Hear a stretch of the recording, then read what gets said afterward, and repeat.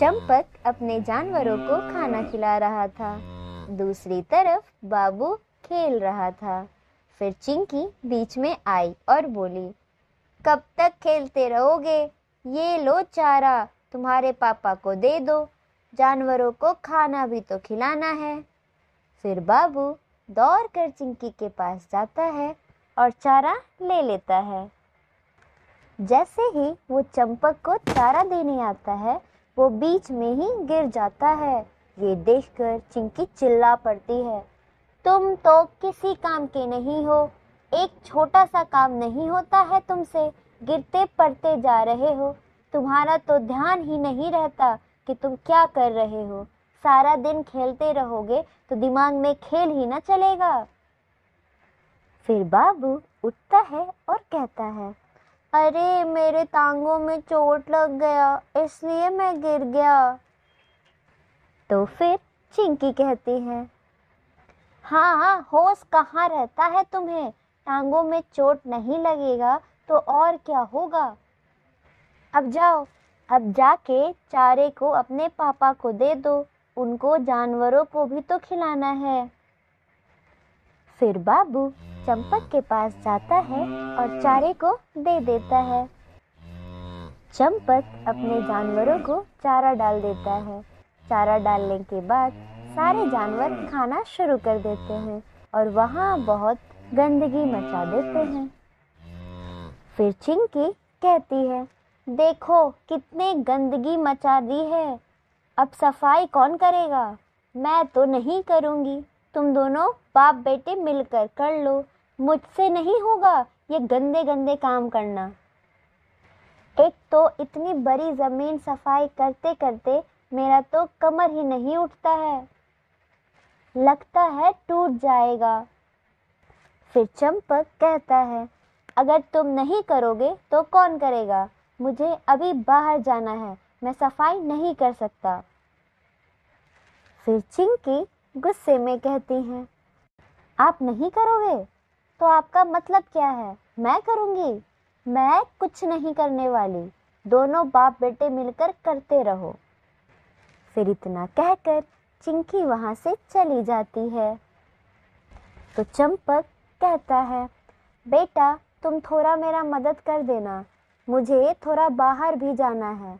अगर मैं अकेले सफाई करता रहा तो मुझे बहुत सारा समय लग जाएगा और मुझे देर हो जाएगी। चलो हम दोनों मिलकर यहाँ पर झाड़ू मार देते हैं।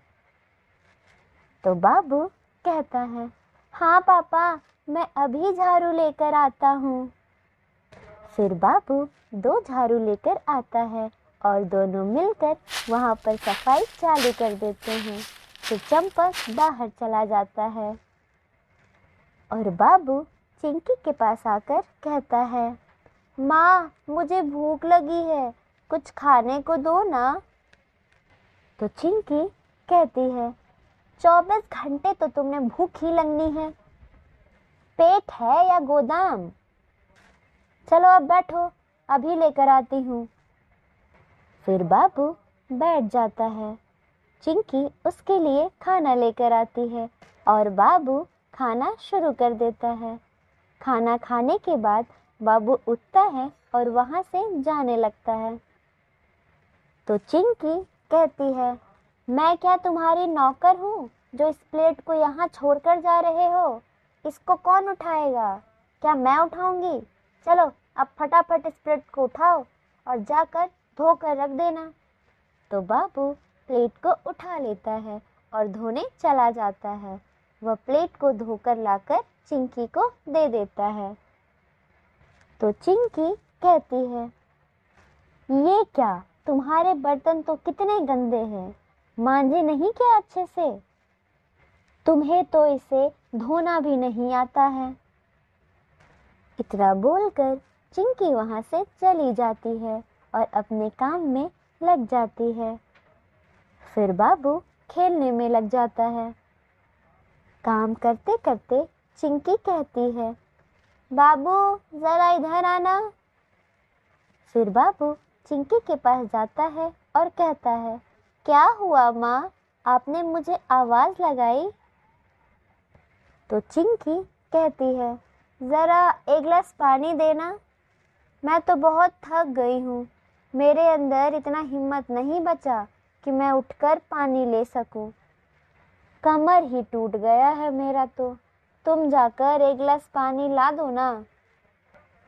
फिर बाबू गिलास उठाता है, मटके के पास जाता है और उसके हाथ से गिलास छूट जाता है। गिलास जाकर मटके से टकराता है और फिर मटका ही टूट जाता है। यह देखकर चिंकी का पारा बढ़ जाता है और वो चिल्लाने लगती है, तुमसे तो एक काम नहीं होता है, इतना महंगा मटका तोड़ दिया। मुझे तो लगता है तुम ये सारी बदमाशी जानबूझकर करते हो कि मैं तुम्हें कुछ करने को कहूँ ही नहीं। तो बाबू कहता है, नहीं माँ, गलती से मेरे हाथों से गिलास छूट गया और वो मटका फूट गया। तो चिंकी कहती है, हर चीज़ तो तुमसे गलती से ही हो जाता है। आज तक तुमने सही किया ही क्या है? अब नया मटका कहाँ से लाऊं? कितना महंगा था ये।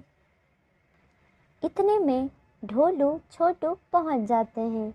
वो बाबू को खेलने के लिए बुलाते हैं और बाहर से आवाज़ लगाने लगते हैं, बाबू बाबू आओ खेलने, नहीं जाना है क्या? चिंकी गुस्से से बाहर निकलती है और कहती है, ये कहीं नहीं जाएगा, जाओ तुम लोग अकेले ही खेलो।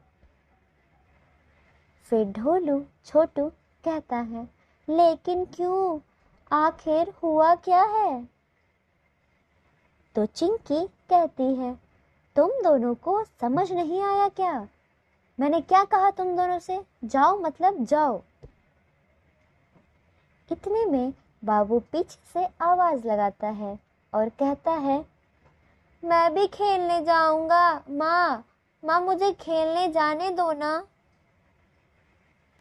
फिर चिंकी चिढ़ जाती है और कहती है, अभी अभी तुमने मेरा इतना नुकसान किया है, कलेजा नहीं भरा क्या तुम्हारा? अब और क्यों गुस्सा दिला रहे हो मुझे? चुपचाप अंदर जाके बैठ जाओ, वरना पीटना शुरू कर दूंगी। और तुम दोनों चलो जाओ यहाँ से, ये कहीं नहीं जा रहा है। फिर ढोलू छोटू वहाँ से निकल जाते हैं और दीवार के पीछे छुपकर सब सुनते रहते हैं। फिर चिंकी डंडे निकालती हैं और बाबू को बहुत पीटती हैं। वो इतना बेरहमी से उसे मारती है कि वो बेचारा रोने लगता है। ढोलू छोटू ये सब सुन रहा होता है कि चिंकी बाबू को बहुत डांटती है और कहती है, बाहर खेलने जाना है तुम्हें? घर पे इतना नुकसान करके रख दिया। तुमने मेरा दिमाग ही खराब कर दिया है। मन तो करता है कि तुम्हें पटक पटक के इतना मारूं कि तुम छोड़ो, क्या ही बोलूं। ये सुनकर बाबू और जोर से रोने लगता है। ढोलू छोटू यह सब सुनकर डर जाते हैं और वहाँ से निकल जाते हैं। वो घर आकर सारी बातें दद्दू को बताते हैं। दद्दू दद्दू, पता है आपको, वो जो बाबू की माँ है ना, वो बाबू को बहुत बेरहमी से पीटी है। फिर ये सब सुनकर दद्दू बाबू के घर जाते हैं और बाहर से आवाज़ लगाते हैं। दद्दू की आवाज़ सुनकर चिंकी बाहर आती है और कहती है, क्या हुआ दद्दू, आप किसे ढूंढ रहे हैं? तो दद्दू कहते हैं, मैंने सुना है कि तुम बाबू को बहुत ही ज़्यादा बेरहमी से मारा है। तो चिंकी कहती है, अरे बेरहमी से कहाँ मारा मैंने तो बस डांटा और वो डांट से ही रोने लगा।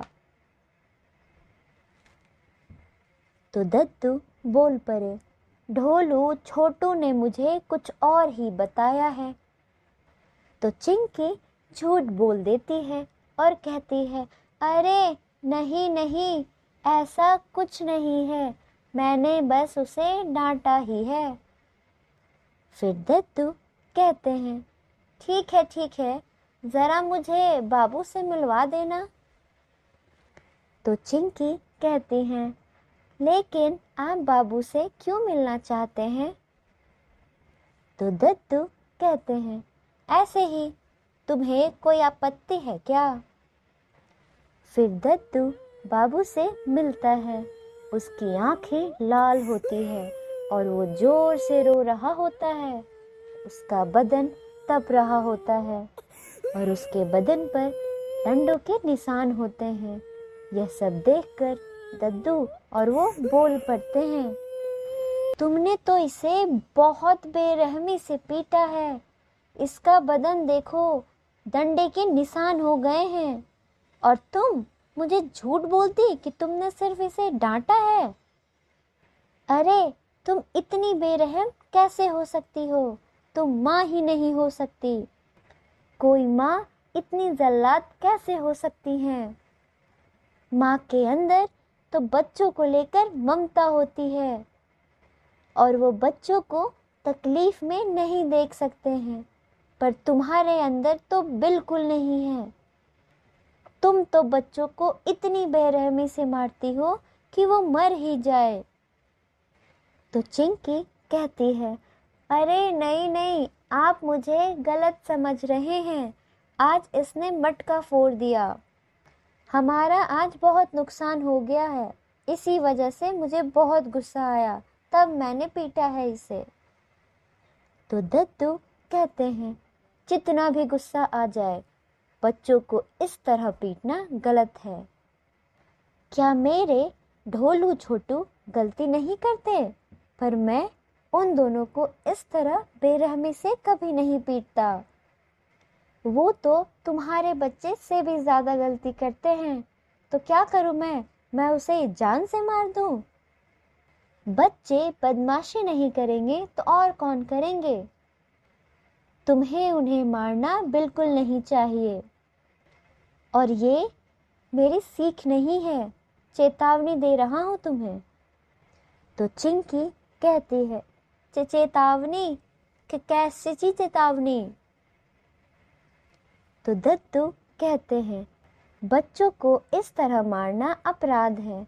अगर तुमने अपनी ये हरकत बंद नहीं की तो मैं पंचायत बुलवाऊंगा, फिर तुम समझते रहना।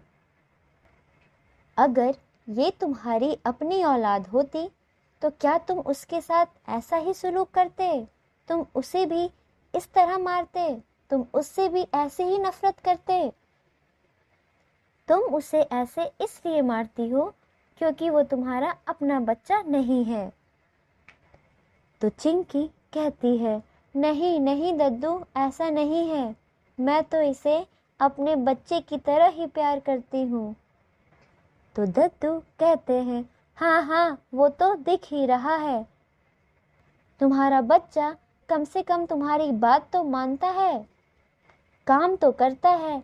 मेरा ढोलू छोटू की बात, वो तो मेरी एक भी बात नहीं मानता है, ना कोई काम करना चाहता है।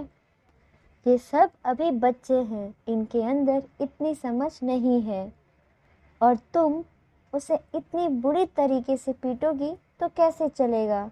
मुझे तुम्हारी ये हरकत बिल्कुल भी पसंद नहीं आई। दोबारा ऐसा नहीं होना चाहिए। तो चिंकी कहती है, ठीक है दद्दू, मैं आपकी कसम खाती हूँ, मैं दोबारा अपने बच्चों के साथ ऐसा सलूक नहीं करूँगी, पर आप पंचायत को मत बुलाना।